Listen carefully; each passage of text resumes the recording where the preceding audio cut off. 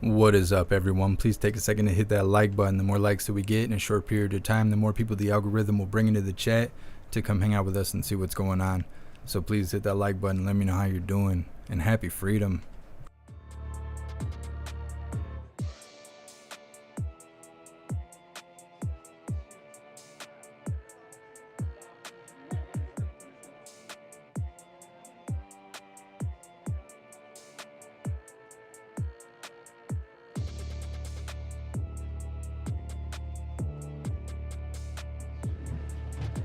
Good afternoon, everybody.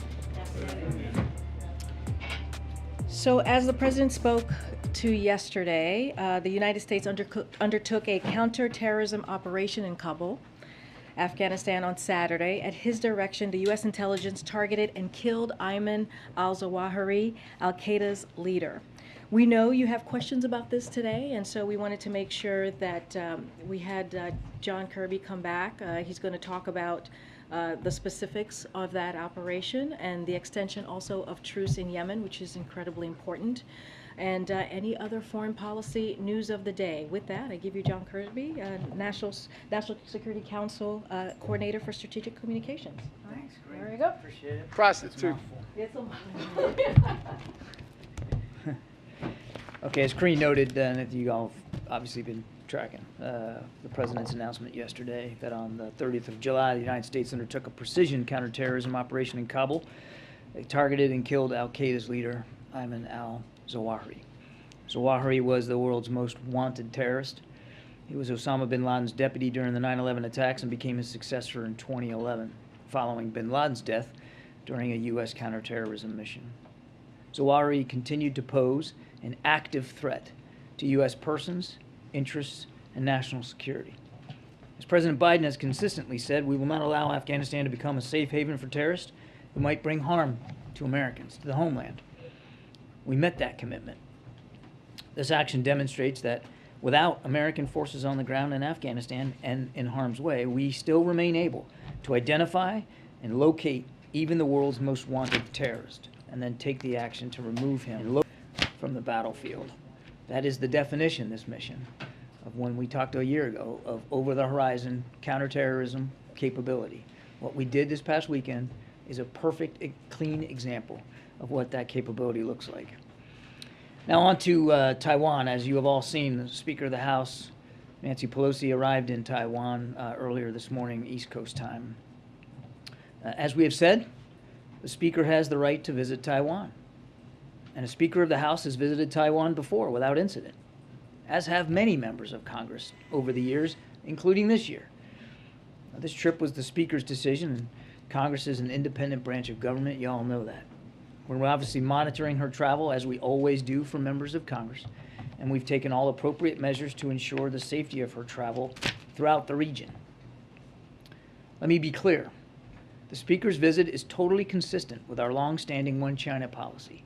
We've been very clear that nothing has changed about our One China policy, which is guided, of course, by the Taiwan Relations Act, 3 joint U.S. PRC communiques, and the 6 assurances.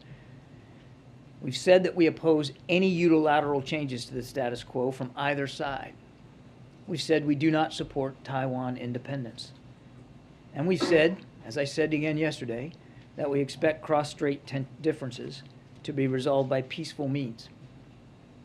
And we have communicated this directly to the PRC at the highest levels, including in last week's call between President Biden and President Xi. The National Security Advisor, Secretaries of State and Defense, the Chairman of the Joint Chiefs of Staff have also made this very clear to Beijing in a half a dozen recent high-level conversations. Now, we've seen a number of announcements from the PRC in just the last several hours that are, unfortunately, right in line with what we had anticipated and what we talked about yesterday. Now, there's no reason, as I said yesterday, for Beijing to turn this visit, which is consistent with longstanding U.S. policy, into some sort of crisis, or use it as a pretext to increase aggressiveness and military activity in or around the Taiwan Strait, now or beyond her travel. And again, as I made clear yesterday, before the Speaker's travel was confirmed by her, China has positioned itself to take further steps. And we expect that they will continue to react over a longer-term horizon. I couldn't give you a date certain of what that horizon looks like, but we certainly would expect them to react even beyond her trip, including announcing additional large-scale live fire exercises. Of course, they've already started doing some of that today. Flying across the median line. We've seen press reports of them doing that today, and using economic coercion. It's exactly in line with the playbook that we anticipated and talked to you about yesterday. The United States will not seek and does not want a crisis. We are prepared to manage what Beijing chooses to do. At the same time, we will not engage in saber rattling. We will continue to operate in the seas and the skies of the Western Pacific as we have done for decades. We will continue to support Taiwan, defend a free and open Indo-Pacific, and seek to maintain communication with Beijing. We will keep doing what we are doing, which is supporting cross-strait peace and stability. And then just real quick, lastly, Karine hinted at this at the top. The President welcomes today's announcement of an extension of the truce in the Yemen conflict. The truce in Yemen, of course, was a key agenda item during the President's visit to Saudi Arabia, where he met with the King and the Crown Prince, and with leaders from across the region. We're grateful for the leadership of Saudi Arabia throughout this truce process, as well as for the Sultan and leaders of Oman, who have also played an important role throughout. Now, this truce is now going on 5 months, has brought a period of unprecedented calm in Yemen, saving thousands of lives and bringing tangible relief for countless Yemenis. 5 months, which may not sound like a lot, but when you're talking about 7 years of war and thousands of Yemeni lives, it counts for a lot. And now we have a chance to extend this another 2 months. So we urge the Yemeni parties to seize this opportunity to work constructively under UN auspices to reach an inclusive, comprehensive agreement that paves the way for a durable, Yemeni-led resolution to the conflict. Advancing the peace process is going to require courage and dedication from all sides. The United States will remain committed and engaged in efforts to advance peace in Yemen and to bring relief to the Yemeni people. And with that, we'll take some questions. Thank you. Thank you. John, how concerned is the administration right now that the Afghanistan has become a safe haven for terrorists? I think if you were to ask some members of Al-Qaeda, ask them how safe they feel in Afghanistan right now. I think we proved to a fare thee well this weekend that it isn't a safe haven, and it isn't going to be going forward. What will the repercussions be for the Taliban harboring al-Zawahiri? I'm not going to telegraph moves and decisions that we might make. I'm certainly not going to get ahead of anything at this point. I would just make 2 points. One, the strike itself shows how serious we are about accountability, shows how serious we are about defending our interests. And we're going to maintain, as I said at the outset, we're going to maintain this over-the-horizon capability. In fact, I'd go so far as to say we're going to continue to try to improve that capability going forward. And number two, we've communicated very directly with Taliban leaders our views of their willingness at some level, of course, to harbor Zawahiri and his family. And we have made it clear that not we believe, not we think, not we suppose, but we know that that's a violation of the Doha Agreement.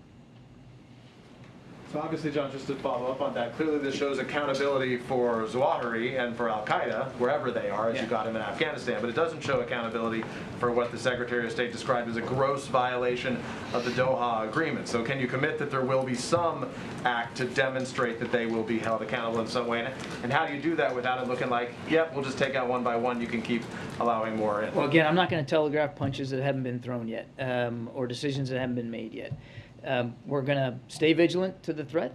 We've made it clear to the Taliban that we know what they did, and we know who they harbored, and we know some of the steps they tried to take after the strike to cover up the evidence of it.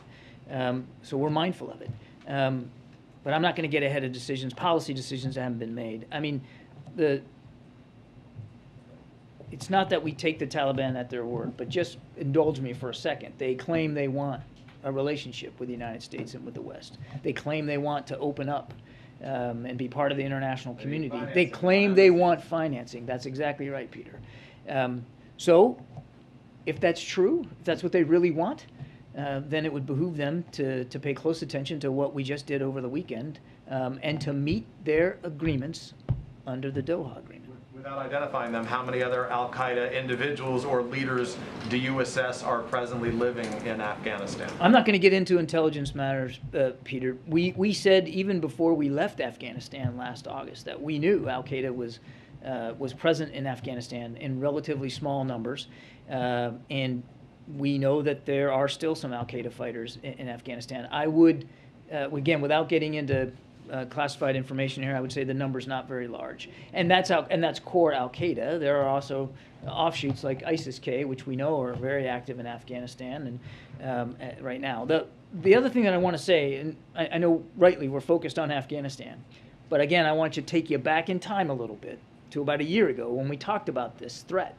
and then our departure from Afghanistan. We know that Al-Qaeda has metastasized, both in terms of character. Now they've got different offshoot groups, Al-Shabaab, ISIS, and ISIS has got splinter groups of its own. But they've also metastasized geographically. They're not focused as much in a presence in Afghanistan. They're in North Africa. They're in the Sahel. They're throughout the Middle East. And they're in Yemen.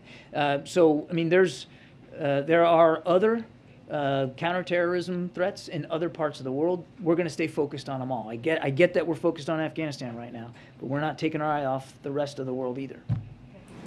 John, something you just said is not consistent with what we were told last year. You're saying that you've always known there was a small number of al-Qaeda in Afghanistan. President Biden said, what interest do we have in Afghanistan at this point with al-Qaeda gone? Yeah, I mean, in a major way, al-Qaeda was not playing no, wait, let me finish. They weren't playing a major role in operations or resourcing or planning in Afghanistan. But Peter, I know specifically because I was at a different podium a year ago, and we talked about the fact that Al-Qaeda had a presence in Afghanistan, but small and not incredibly powerful or potent. And I think, again, without getting into numbers, we would still assess that to be the case. So we know that the Taliban was harboring the world's most wanted terrorist. You guys gave a whole country to a bunch of people that are on the FBI most wanted list. What did you think was going to happen? I would take issue with the premise that we gave a whole country to terrorist groups. I mean, again, I'd encourage you to ask. Harboring the world's #1 terrorist. How is that not giving a country to a terrorist sympathizing group, if not giving them permission to have terrorists just sit? He's trying to use liberal lingo to get through to him. It makes it sound like we owned Afghanistan a year ago. It wasn't our country. It was an independent sovereign state.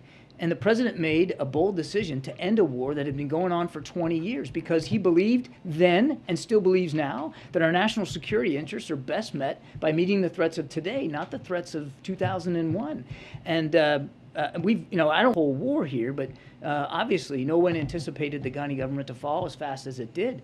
But we said at the time that as we depart Afghanistan, we're going to keep vigilant. We're going to stay ready, and we're not going to let Afghanistan become a safe haven for terrorists who threaten our homeland. And this past weekend, we proved that case precisely. But so now that you know that the Taliban is not living up to the part of the deal that they made with the U.S. to not let Afghanistan be a place that terrorists feel like they can be safe, what are you going to do about it? Well, that gets to Peter's question. I'm not going to telegraph decisions that haven't been made or policy initiatives one way or the other. Are we I would just say for some spectacular terrorist attack in the U.S. to then say, oh, well, there's terrorists if we and were, a safe Peter, haven in Afghanistan. Now we can go get them. If we were, Peter, then we wouldn't have taken the hit on Saturday, the strike that we took on Mr. Zawahiri, if we were just waiting. This isn't about waiting. It's about watching. And we watched very closely, and we acted on what we learned.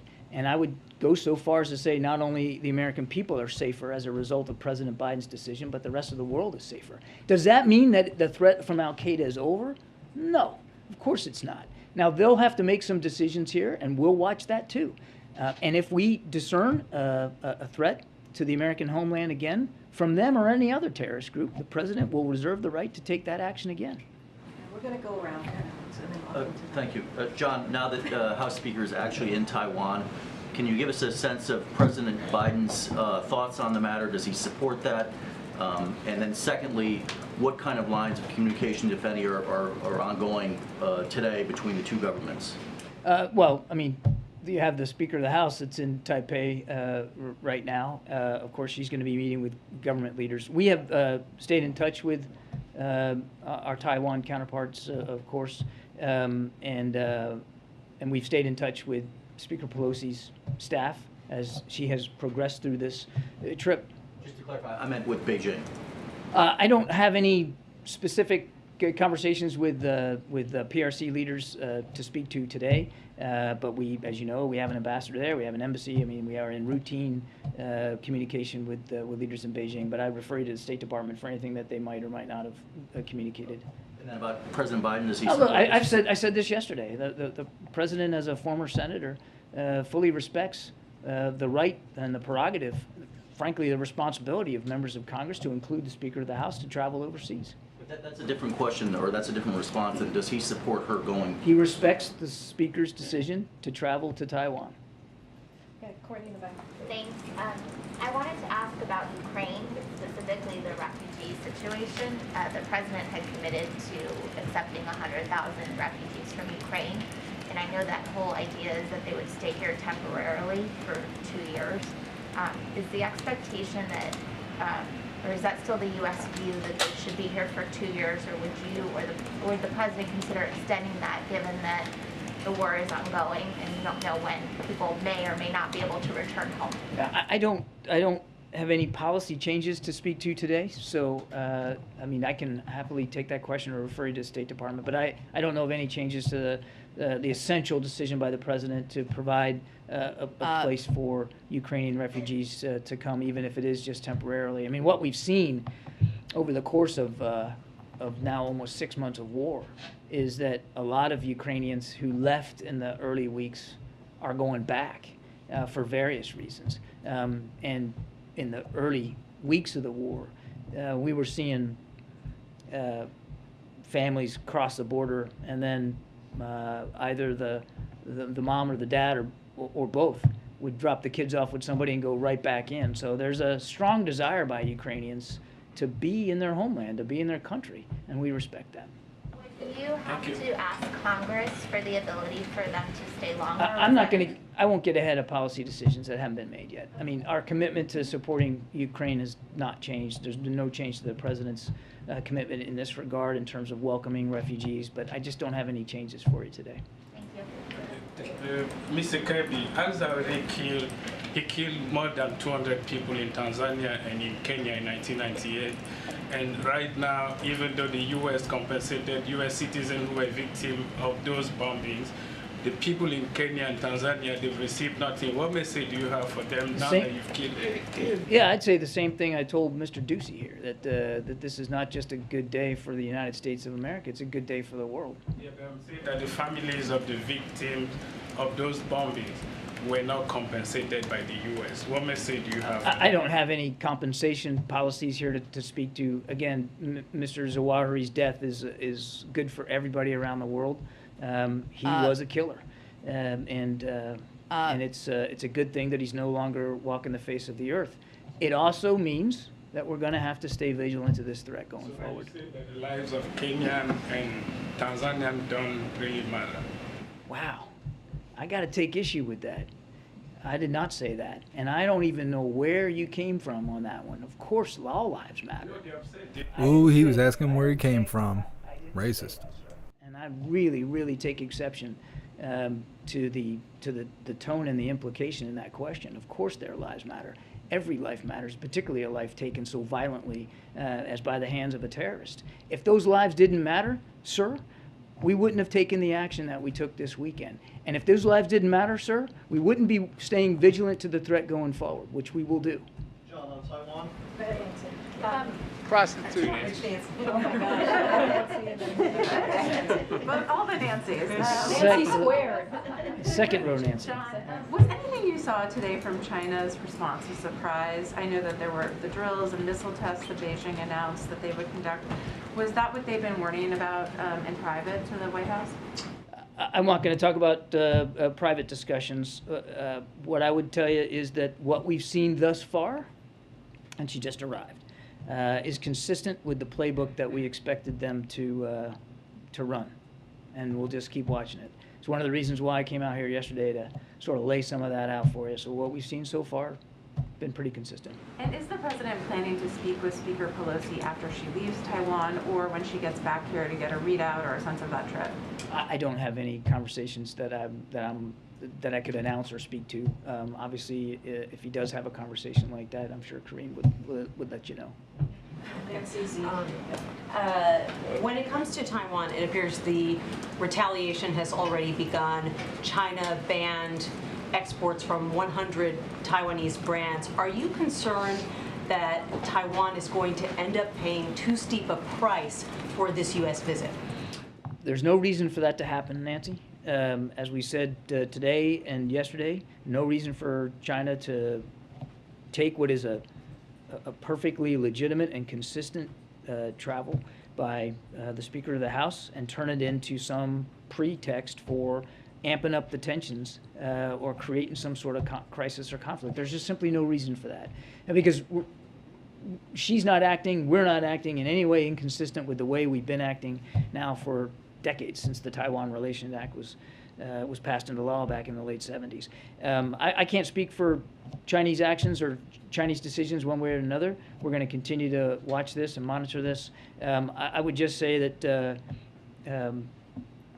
we don't support Taiwan independence. We've said that before.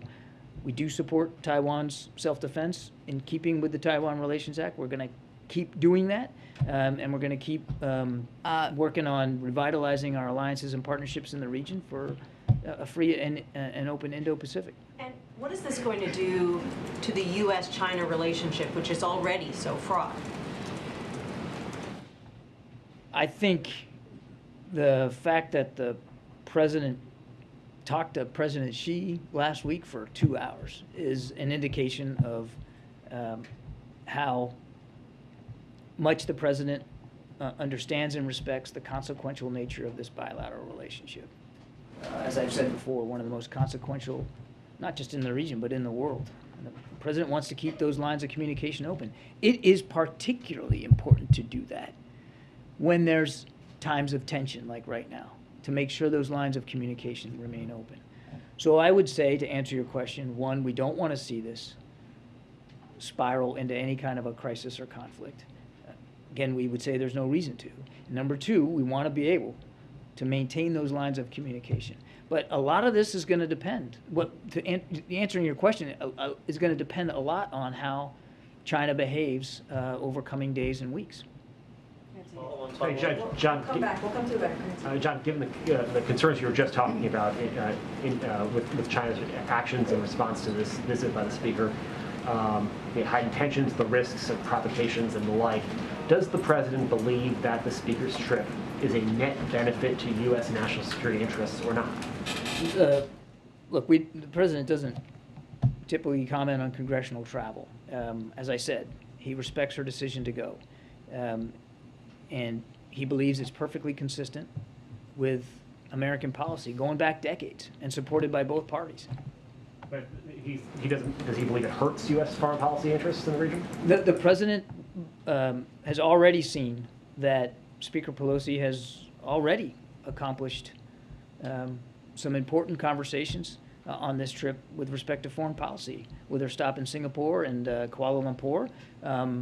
And then, she's already announced she's moving on to Japan and South Korea, two of our treaty allies in the Pacific. So he welcomes her conversations. He welcomes her contributions to American foreign policy and our foreign policy objectives overseas. But, the trip's not even over yet. So I think we ought to give the Speaker a chance to talk about what she did, what she learned, and what she took away from this trip when she gets back.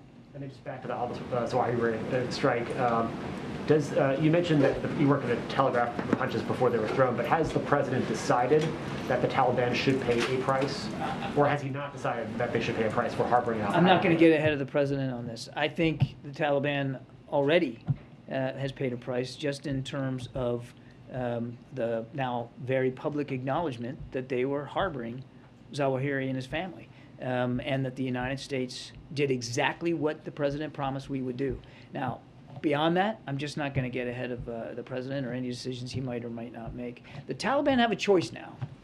Well, they always did, but they certainly have a new choice, and that is they can comply with their agreement under the Doha agreement, comply with their commitments under the Doha agreement, or they can choose to keep going down a different path. And if they go down a different path, it's going to lead to consequences, not just from the United States, but from the international community.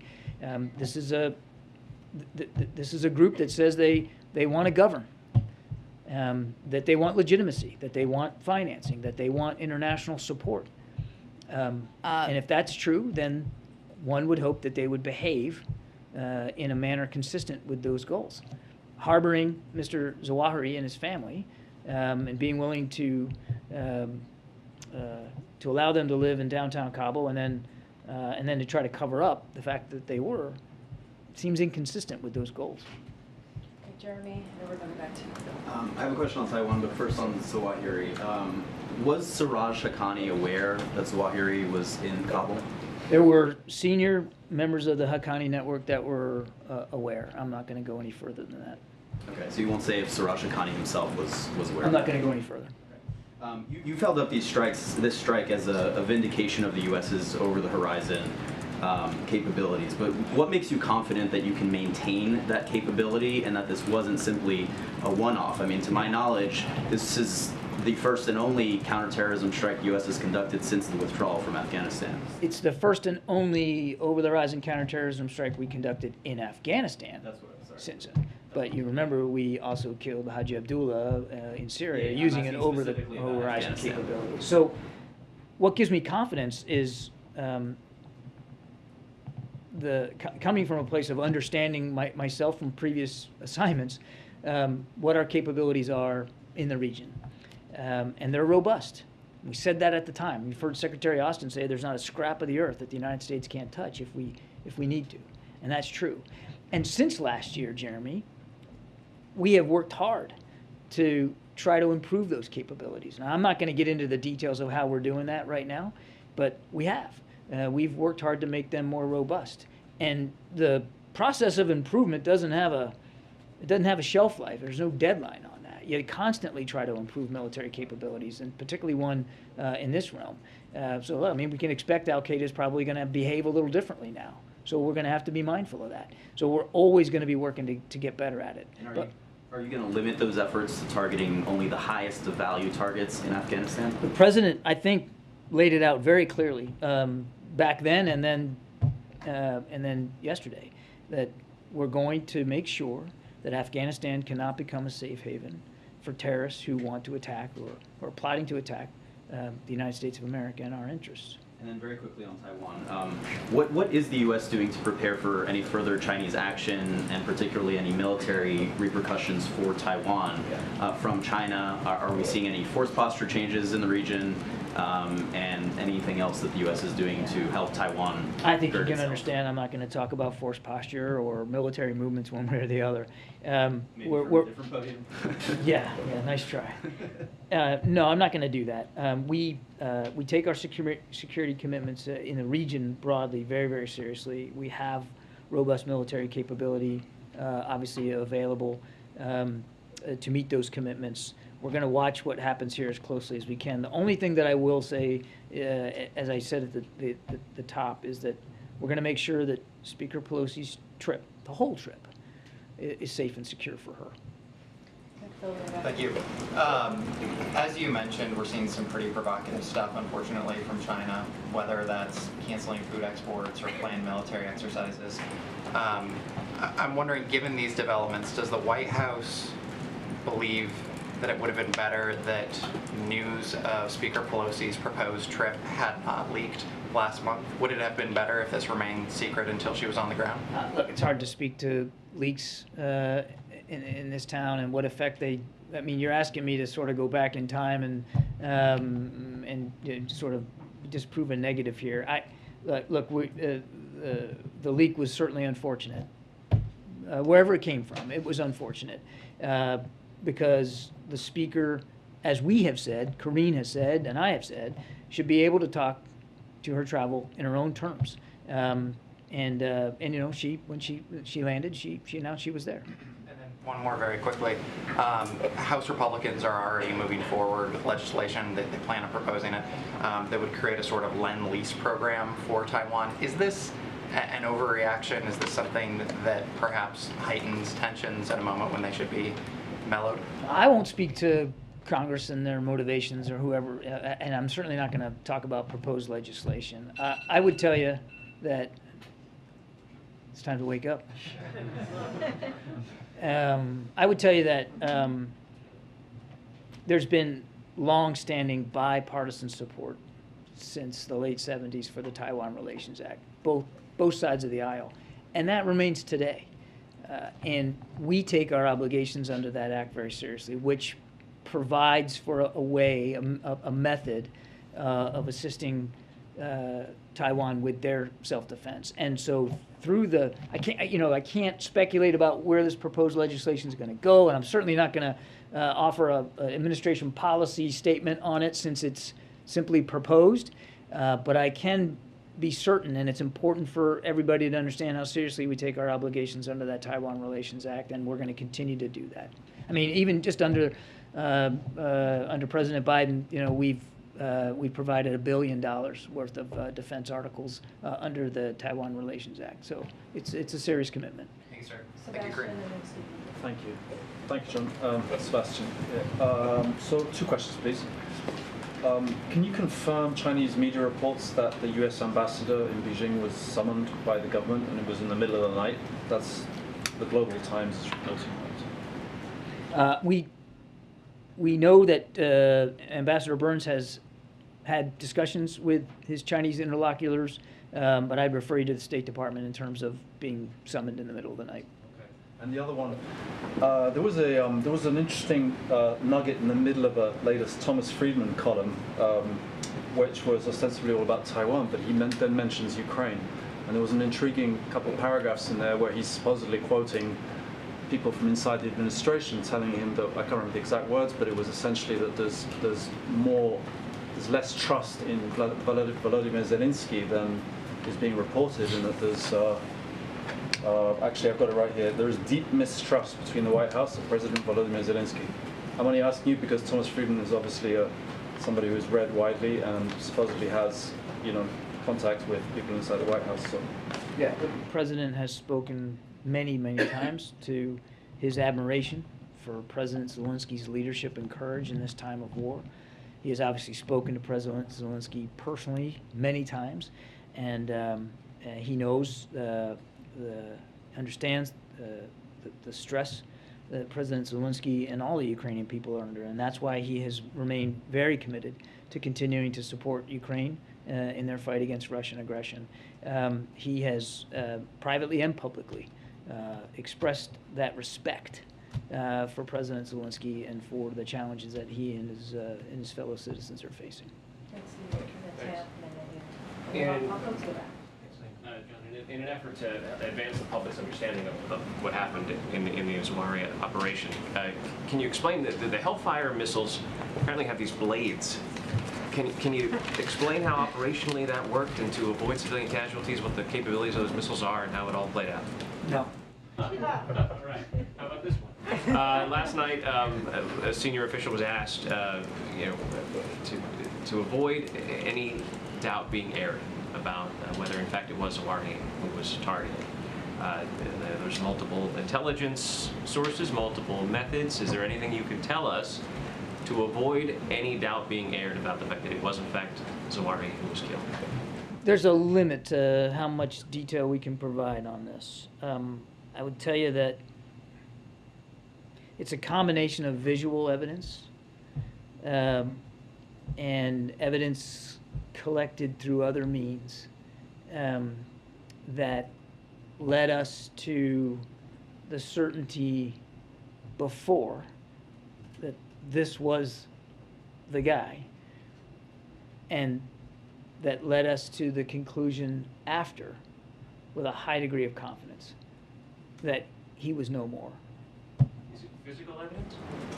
It's a visual evidence and evidence collected through other means. I really think that's about as far as I can go. But the assessment is high confidence that we got who we were aiming for. And I think, just without getting into more detail, I mean, just the various things that the people on the ground did afterward also helped us come to that conclusion. Yeah. Last year, the Biden administration was undertaking a review of its drone policy. I can't find any evidence that that review was completed or released to the public, and I'm wondering what the status of that is, but also what this operation tells us about President Biden's approach to the use of drones in foreign policy. I don't have an update on the policy review. We can take that and see if we can get back to you on something. I don't have an update for you on that today. But I think in every thing that you've seen President Biden do as commander-in-chief, and now I can speak with some authority on that, having served in another building, there is a respect for the use of force, and an appreciation for both the power that's resident in the use of force as well as the limits of some of that power around the world that the president fully respects. And he has a deep appreciation for, if the military tool is going to be used, that it's used to pursue very discrete national security interest, and that the tools used are appropriate to the task. And unmanned aerial vehicles are a tool, a very powerful tool. You can't use them for everything. You shouldn't use them for everything. But in a case like this, well, I think the results speak for themselves. Thank you. If you could talk a little bit about why the president, in the case of Zawahiri, ordered a CIA drone strike and not a military strike, and specifically if Pakistan was notified ahead of time in this case. There were no notifications in advance. Given the collection of information that we had over the previous 6-7 months, the location of the target, the geography, and the president's strong desire to avoid civilian casualties,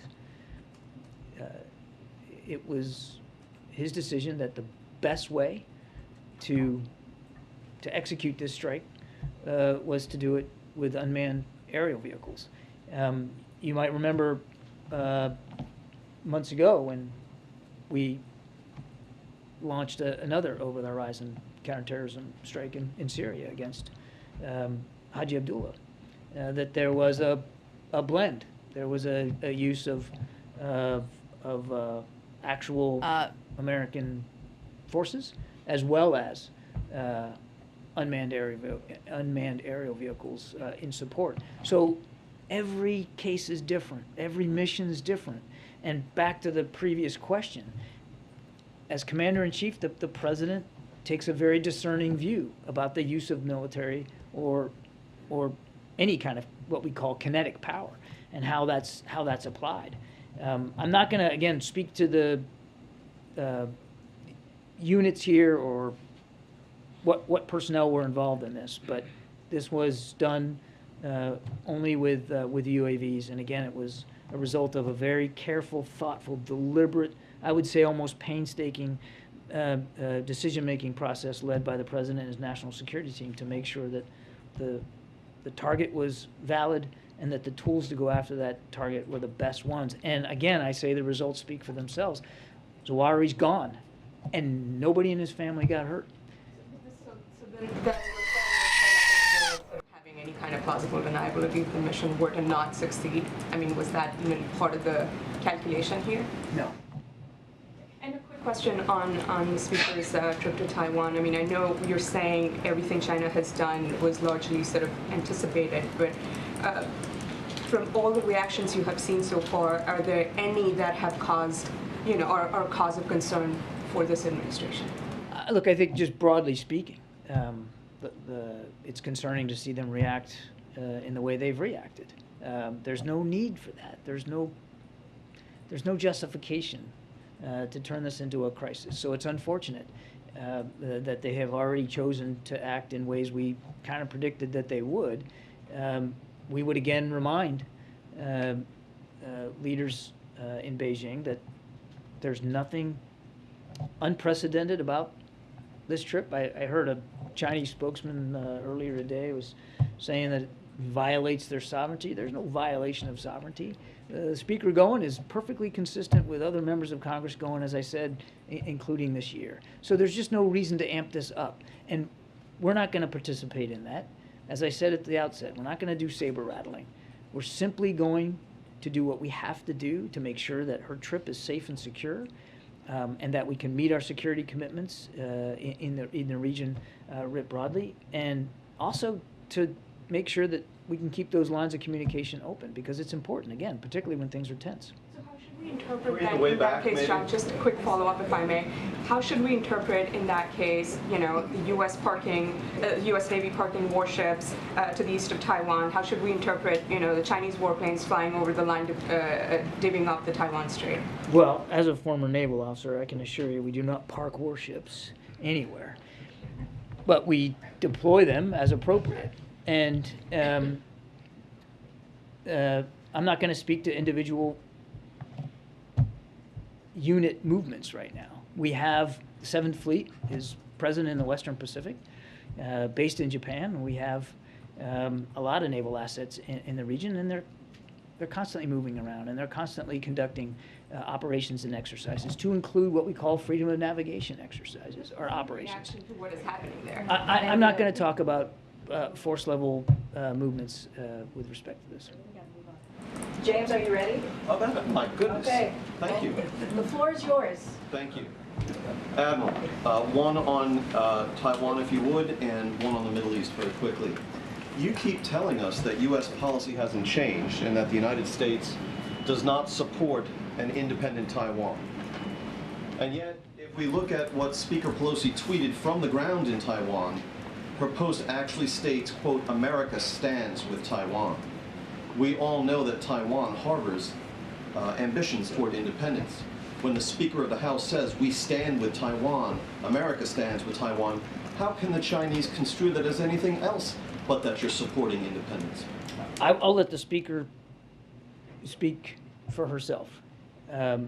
All I can tell you, James, is what I told you yesterday. And I'm happy to repeat it. Nothing has changed about our adherence to the One China policy. Nothing has changed about our stance on Taiwan independence, which is that we do not support Taiwan independence. And nothing has changed, James, about our commitments and how seriously we take those commitments under the Taiwan Relations Act. Everything is consistent, James. I can't say that any more clearly. So when she says America stands with Taiwan, is she misstating administration policy? You should talk to Speaker Pelosi about her comments. I'm not going to parse. I'm not saying that, James. I'm not going to speak for Speaker Pelosi. That's beyond my writ. I can speak for the administration when it comes to national security policy, and nothing has changed about our policy. On the Middle East, very quickly, is the Iranian Revolutionary Guard Corps presently engaged in the conduct or support of terror activity? I think I know where this is getting. You don't have to know. No, I think I know where you're getting with this. Look, I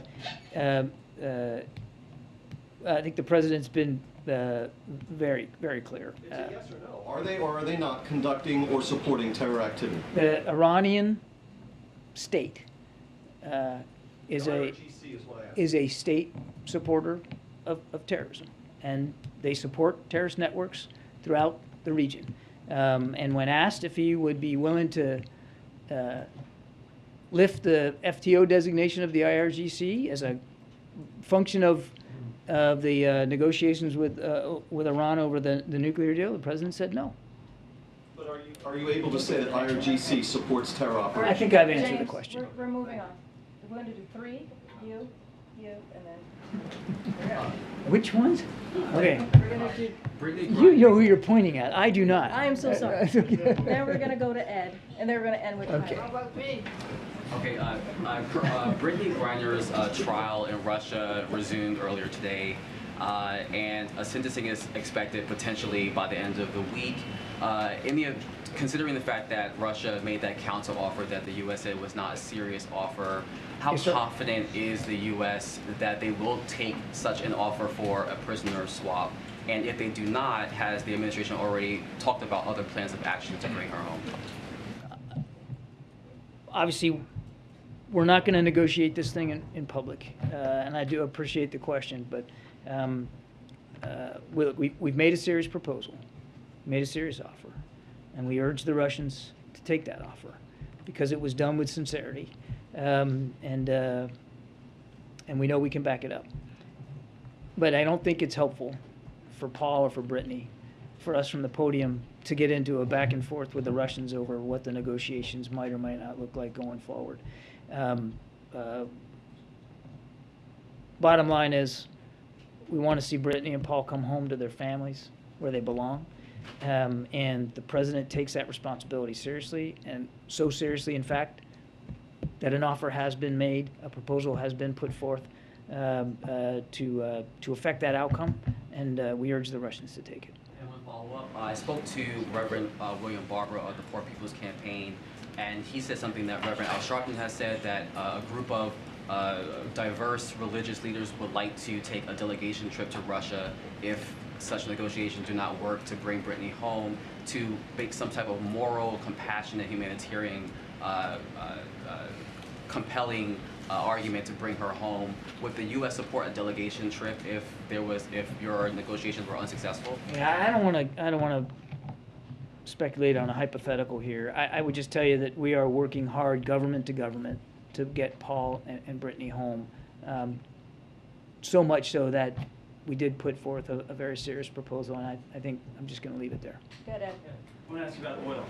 So I saw that the State Department approved a potential sale for Patriot missiles to Saudi Arabia.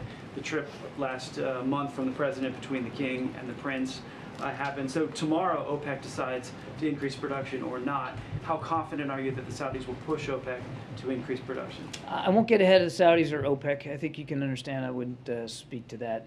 We had good discussions with them on the president's trip to include productive discussions on energy security. But look, this is a decision that OPEC has to make, and I wouldn't want to get ahead of that. Regardless. But do you expect the Saudis to? I mean, we're giving them weapons now. We have the meeting between the king and the president. Do you expect them to help? Yeah, us the out? question kind of presupposes there's some sort of a quid pro quo here, and that's just not the case. We provide defense articles like Patriots, sell those to Saudi Arabia because they have a legitimate need for air defense. In fact, one of the things they discussed on this trip was the potential or possibility for some sort of integrated air and missile defense throughout the region, and the Patriot batteries would contribute to that. And yes, he met with the king and the Crown Prince and his leadership team, as well as all the leaders of the GCC +3 when he was out there, because there's a range of issues to talk about. Energy security was on the agenda, but it wasn't the only agenda. I'm not going to speculate on about what OPEC might or might not do, but I do want to just get back to one point, and that is how seriously the president takes the issue of supply in the energy market out there. And he has worked domestically to improve and increase that supply by releasing 1 million barrels a day all the way. This will take us all the way through October. That's nothing to sneeze at. That has actually helped stabilize the oil market. And OPEC... Are we sneezing on things now? Just this summer has increased... Is that a thing?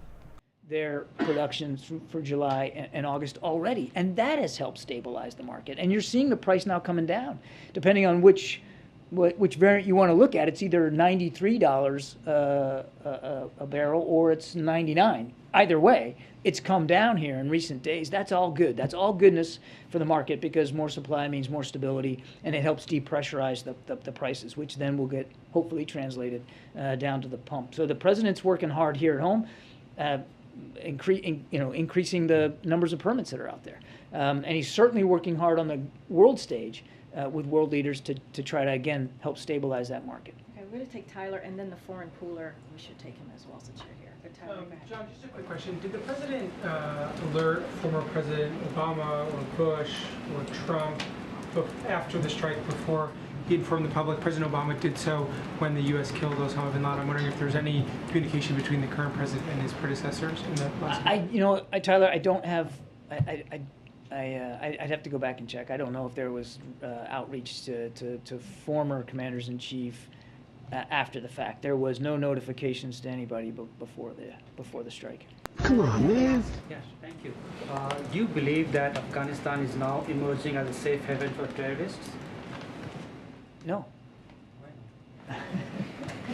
Because we've made it clear that we're not going to allow that to happen. Now, I want to also be clear, Khalid, that doesn't mean that there aren't going to be terrorists in Afghanistan. And we never said when we left that Afghanistan would never have a terrorist on their soil.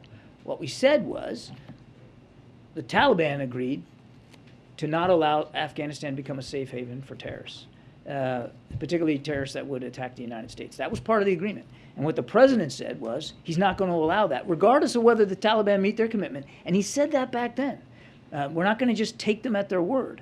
We're going to watch ourselves. We're going to be vigilant. And we're not going to allow Afghanistan to become a safe haven for terrorists that can attack the homeland.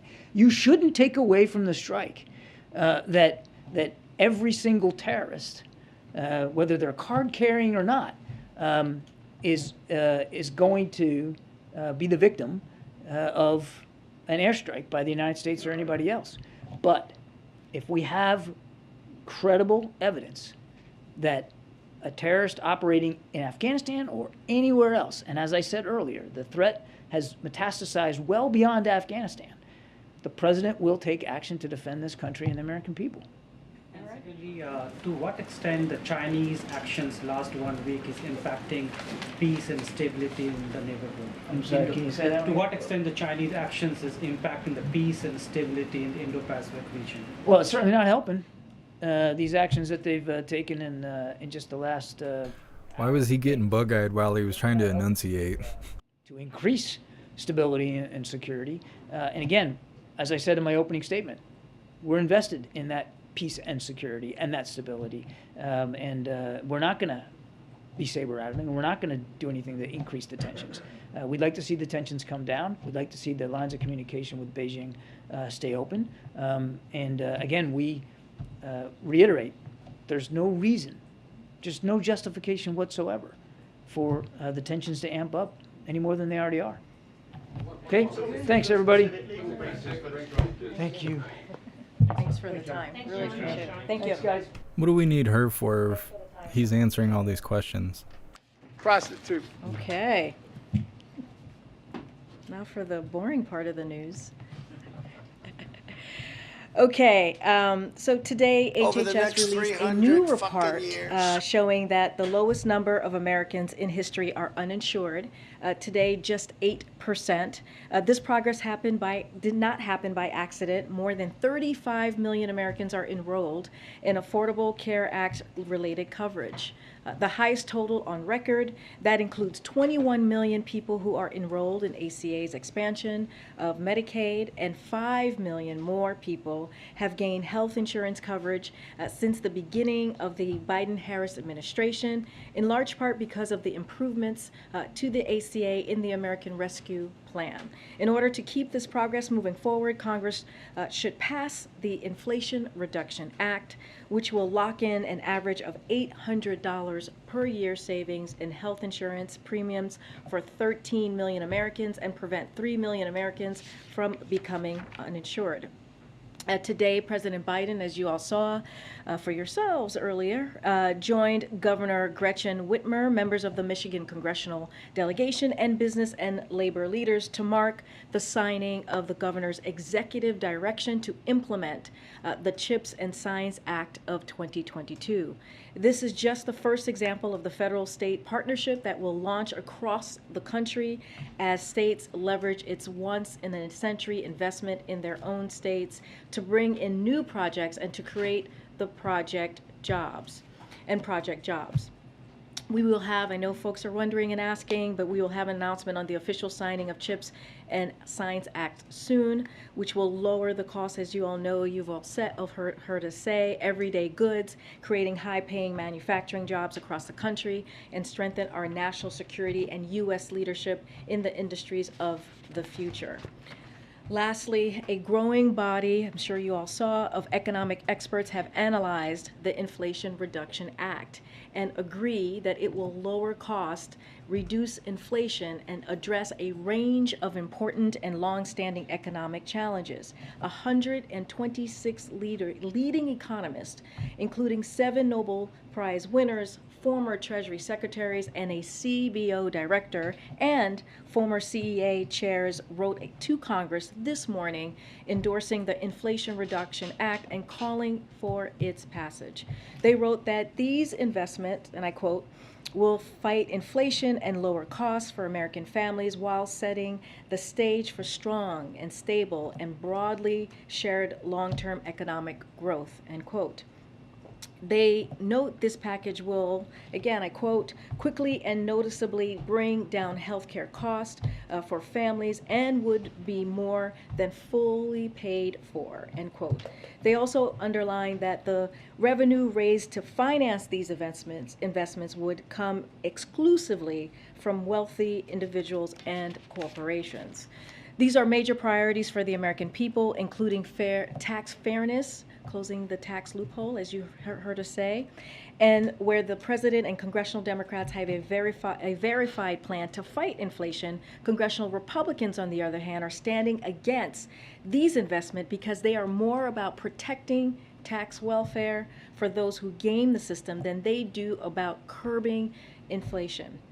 They are screaming bloody murder because this bill repeals sweetheart deals that let hedge fund managers pay for less income tax than the average American, or stop multi-billion-dollar corporations from exploiting loopholes to pay literally nothing, or stops shielding wealthy tax cheats taking advantage of everyone in this room.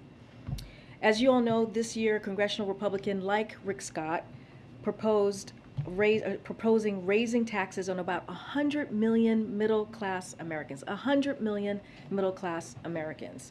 Americans have a clear choice between these agendas and the values behind them.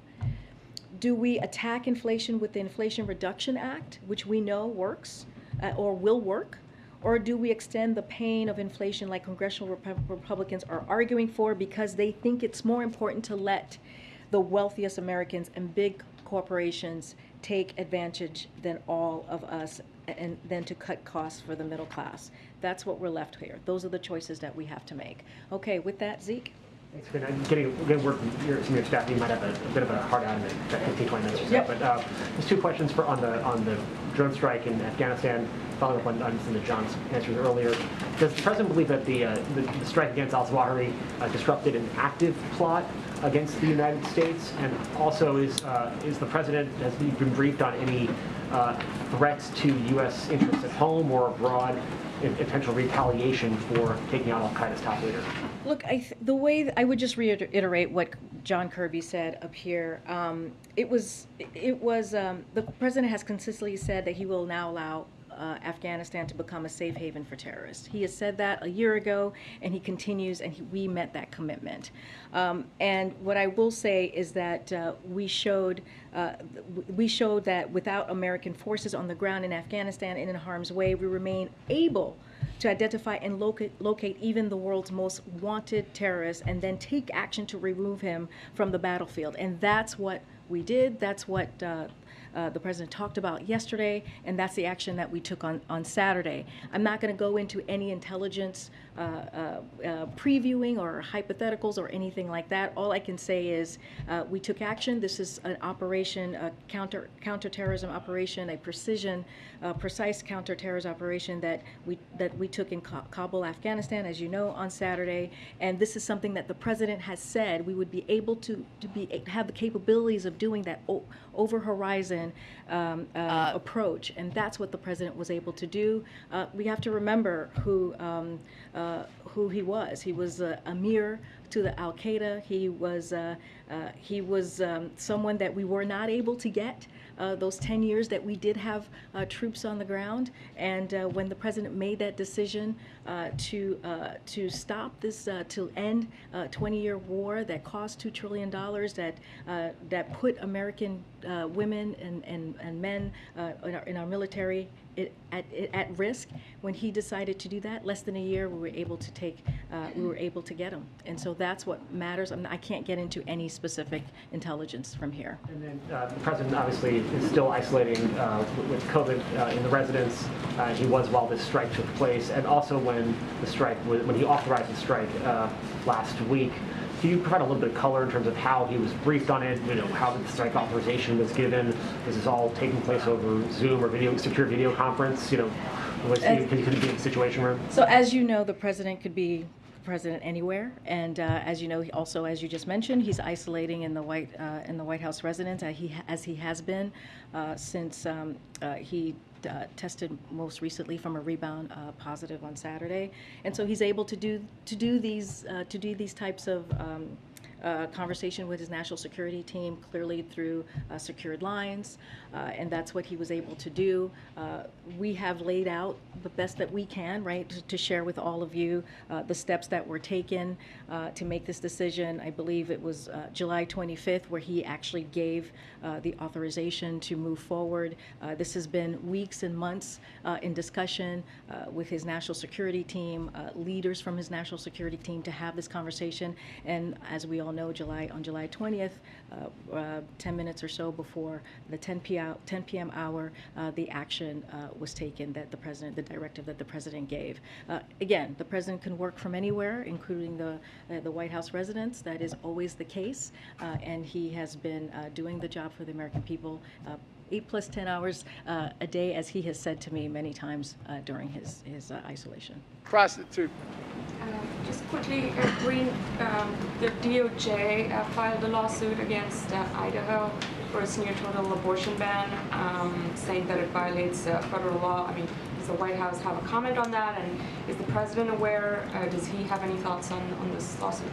So just a couple of things that I do want to say on that, because I know that this just happened. So the administration, President Biden, remains committed to defending reproductive rights. The Department of Justice, as you just stated today, sued the state of Idaho, whose abortion ban, set to go into effect later this month, imposes a near total ban on abortion and criminalizes doctors who provide abortions. Idaho's law and its treatment of women is devastating, it's extreme, and threatens lives, period. Federal law makes clear doctors must provide women emergency medical care, including abortion services, to stabilize women facing health and life-threatening conditions. But under Idaho's near total ban on abortion, women seeking emergency care for medical conditions like ectopic pregnancies or hemorrhages can be denied medically necessary health care by doctors. To put a finer point on it, pregnant women whose health and lives are in serious jeopardy may not receive the care they need under Idaho's abortion plan. President Biden has said many times that the only way to fully secure a woman's right to choose is for Congress to take action to restore protections that Roe had given women for almost 50 years before the extreme decision was made at the Supreme Court just over a month ago. Until then, the president is doing everything in his power to defend reproductive rights and protect the access to safe and legal abortion, and then we're going to continue to do that. Do you have any thoughts on specifically the lawsuit today? I have not spoken to him about this lawsuit today specifically. This is the first that you're hearing from us on this today. Okay. Just a question, following up on Zeke's. This has been one of the most successful weeks of the president's tenure in the White House so far. I'm wondering if it's just a coincidence that it's happened while he has largely been isolating in the White House. The CHIPS bill has passed, an historic agreement with Mr. Schumer. What are you trying to say there? I'm just wondering if the White House finds it coincidence. The president had a successful 2020 campaign where he was mostly working from his home. Work from home has seemed to be successful for the president. Tyler, my goodness, jeez. Oh my gosh, the cynicism. Look, the president is going to continue to work for the American people regardless. It doesn't matter where he is. I hear what you're saying, but we've had successes over the last 18 months. It's not just been this week, right? This spurt has been a quite successful week for the president by all accounts. Yeah, but it's not the first time. We had the American Rescue Plan. We had the bipartisan infrastructure deal. We've had other successes in this White House. And so, what we have seen the past couple of days is the president grateful, absolutely, for what we're seeing from Congress, the work that we have continued to do with them, the partnership that we have had with them for the past 18 months. When you look at the Inflation Reduction Act, that's something that we have been working so hard for, that talking about during the campaign, that is like a down payment from what he was talking about from 2019 that we're now seeing moving forward, and we are grateful for that, and so we're going to the CHIPS Act, as you just mentioned. He did an event with the governor of Michigan, and that's going to be something that we'll see more on, those type of events with state local officials. But look, I will say this is all what we're seeing right now is because of the hard work of this administration, is because work that we have been doing for some time now. It just happens to be coming down at this time. But I wouldn't put it all together in one week or two. I'm just saying this is the work that we have been working towards. This is the hard work of this president. This is the hard work of this administration to continue to do the business of the American people. And he's still been working. I know, and I'm not He's still suggesting been that he's not working. It's just at a time when, for the first time, when he has been forced by his medical diagnosis to stay in the residence. There's been a string of successes. I'm getting the sense that you're saying it's just a coincidence that the timing is aligned, but I don't want to put words in your mouth. Tyler, my goodness. I just think it's an interesting phenomenon that we've seen across a range of his priorities. They've all kind of come together. I think we should just be really thrilled and really excited that we're getting work done for the American people, and I think that's what matters at the end of the day. Go ahead, Tam. Just a couple of quick infectious disease questions. First about monkeypox and the president's COVID. First on the president's COVID, I think you may have answered this before, but I'm a little confused about when he would come out of isolation. Is it 5 days? Does he need to test negative twice? So Could he be stuck there I forever? believe we answered this when we sent out a pool note on Saturday. I hope no one wants that to be stuck forever. Some of us here have had COVID. You want to get out and you're ready. When you're ready to go, you're ready to go. We sent a pool note out. We're going to follow CDC guidance on that. I believe it's 5 days of isolation, and then clearly with the test, a negative test. We're going to continue to share with all of you what his personal physician is sharing with us on his condition. You guys got an update on he's doing fine, he's doing well, and he's ready to just continue to work, but work in person and not from the White House residence. So that's going to continue. And then the other question is about monkeypox. The access to vaccines and treatments has been pretty uneven at this point, with patients and their doctors kind of muddling through and trying to figure it out. And we're wondering what the new monkeypox response coordinators will be able to do to improve this situation, or what they're being tasked with. So they were both lead, Mr. Fenton and Dr. Dasakalakis will lead the federal response to the monkeypox virus, as you just mentioned. They're going to be coordinating efforts with HHS. Thought we were going with booty pox now. and teams. This is not the first time, clearly, that we have done this. We have, you guys got to know Dr. Jha for a couple of days with me up here at the podium during the president's first bout with COVID. And so we've done this before, and so this is not new. Each federal agency will continue to play an important role in the response. The monkeypox response effort will be the best able to coordinate across the federal entities, listen to the needs of communities, and ensure timely follow-up. Secretary Becerra, Dr. Walensky are playing their critical roles in the monkeypox response to date, ensuring that federal government can be responsive to testing, treatment, and vaccine needs of communities and nationwide. One of the things that I did want to lay out about their specific expertise, operational expertise, that's really important as we think about the coordinator and the deputy coordinator, is that they have over 4 decades of experience in emergency response and manageable national and global public health issues such as COVID-19 emergency response, HIV prevention, and other disease control and urgent national crises. And as we talk about equity and being and expanding equitability, this is something that they have experience in, and they will be working through as well. And look, you know, we have about 1.1 million vaccines that are available across the country. We are procuring another 5.5 million doses. And so this is what we're ramping up, working on, having a comprehensive response to monkeypox. Another thing that we need to do and that we're doing is making sure that we have the testing out there. I talked about yesterday how we have the capacity of we've met the testing capacity of 80,000 tests around across the country, and outreach. So those are the things that we will continue to do. We always know there's more work to be done. And so one of the reasons that we had made sure that we announced the coordinator for monkeypox. Yeah. Thanks, Karine.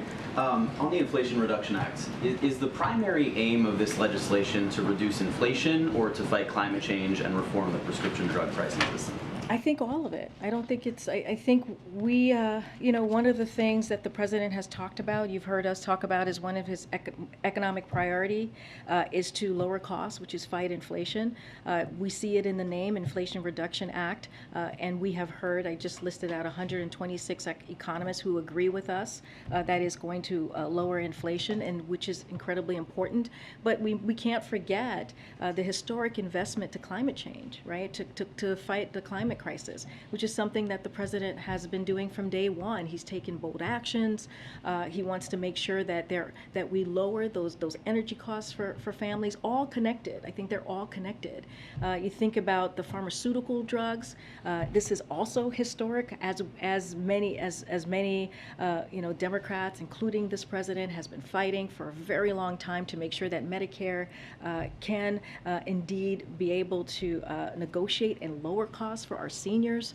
So I wouldn't pull anything out. I think this is together is going to lower cost for families. And if you think about the deficit, bringing down the deficit, adding another $300 billion to the $1.67 trillion that we saw last year, that's going to help as well fight inflation and lower costs. It is called the Inflation Reduction Act, and it seems that the most favorable interpretation from economists, including those that the White House has cited, is that this legislation will help bring down inflation in the long term, perhaps later this decade.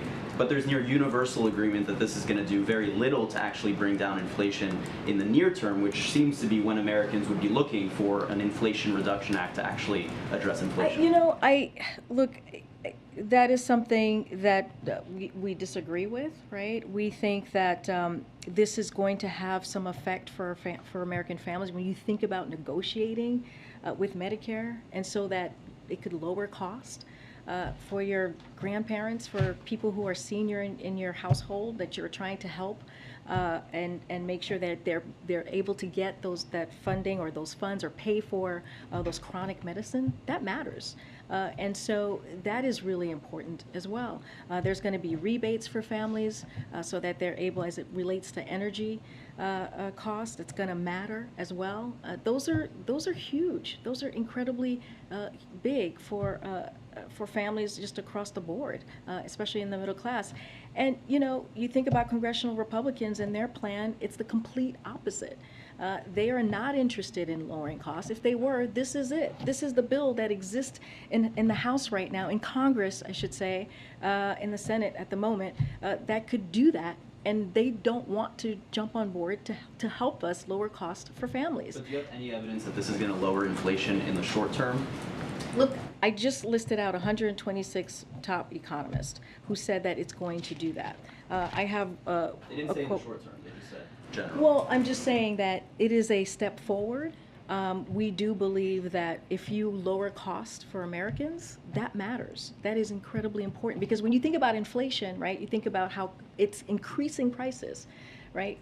People are paying more for gas prices, and we saw the work that we have done in this administration for the past almost 7 weeks. Right? We have seen gas prices go down, saving families like $80 a month if you have a two-car household. That matters. If you think about prescription drugs going down, bringing down the cost, that matters. That is connected to what the pain, the inflation that of American families are talking about. And when you talk about lowering the deficit, this is what this will do. That matters as well. And so, we believe it is, if you look at the name of the legislation, Inflation Reduction Act, it's going to do that. We have support of economists who say it's going to do that as well. And so we are grateful for this piece of legislation, and we hope it gets to the president's desk as soon as possible. Very quickly on Saudi Arabia, the State Department today approved the sale of these 300 Patriot missiles. It was announced the same day as the extension of this truce in Yemen. Were those two things connected? I don't have anything to share on that. I'm going to move on, though. Go ahead. We heard John Kirby say today that the threat from al-Qaeda is not over, but can you talk about how big of an operational impact on al-Qaeda this strike on the Zawahiri will have? I'm not going to go beyond to what John Kirby said today. Hey, Karine. Yeah, so on the Inflation Reduction Act, so there's a corporate tax increase to a minimum of 15%. How confident is the president that the companies will not pass that cost on to people in the form of higher prices?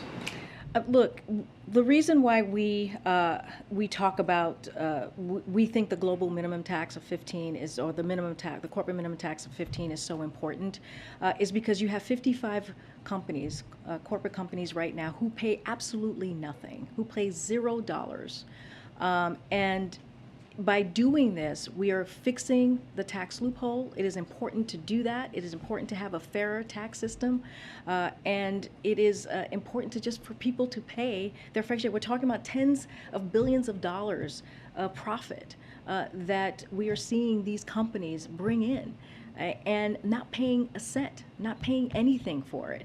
I cannot speak to your question that you're asking me. I cannot speak to that. What I can speak is to this legislation and why it's so important and why we need to get it done. And there should be bipartisan support for this legislation. There should be. When you think about Medicare, when you think about energy costs, when you think about the deficit, lowering that deficit, continuing to do that, and just making sure the tax code is fair. It's like people are paying their taxes. There's nothing here that we should be against. We should be supporting this legislation and delivering for middle-class families. Go ahead. Thank you. Later this month, India will be celebrating 75th Independence Day. It's the world's largest democracy. It has done a lot in the last 75 years. As the president of the world's oldest democracy, does the president have a message to the people of India or the Indian Americans as well? So we congratulate the people of India on 75 years of independence.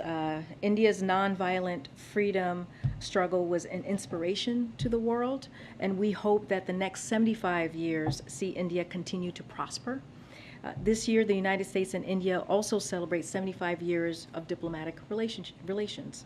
As the world's oldest democracy and the world's largest democracy, respectively, we will continue to work together every day to deliver opportunity, security, freedom, and dignity to our peoples. We are partners in many important areas, including defense, vaccines, climate, tech, and our ever-growing people-to-people connections. The United States will continue to work with India to advance a free and open Indo-Pacific and address the challenges both our countries face around the world. All right. Okay. Anything? All right. Thank you, guys. Prostitute.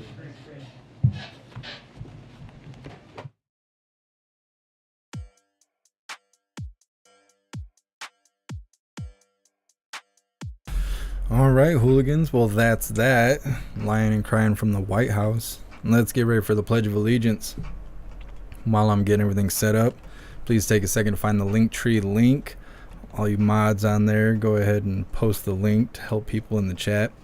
Find the Linktree link and follow me on everything listed. Follow me on all the social media to stay up to date, to get links and notified for when I go live. Also join Gilded. Gilded is a chat like you're in right now. It's where all the hooligans hang out when we are not live. It's got a news board to keep you up to date with news from around the world, so definitely join Gilded. Let's get ready for the pledge.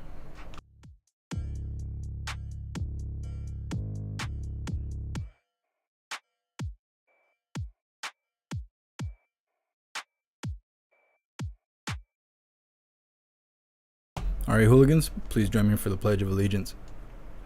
I pledge allegiance to the flag of the United States of America and to the republic for which it stands, one nation, under God, indivisible, with liberty and justice for all.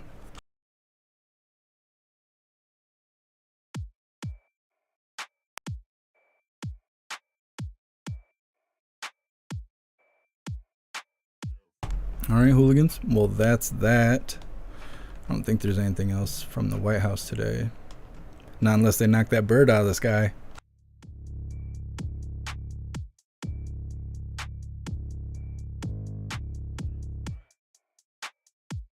Nope, that's that. So we'll see if there's some action going on later, but for now, that is it for the day. Big shout out to everyone that made donations, joined the membership program, or purchased any merch. I appreciate all of you, and I would not be able to do this without you. So thank you so much for all your support. I will see you guys on the next live. Until then, stand tall, shine bright, and that's a wrap.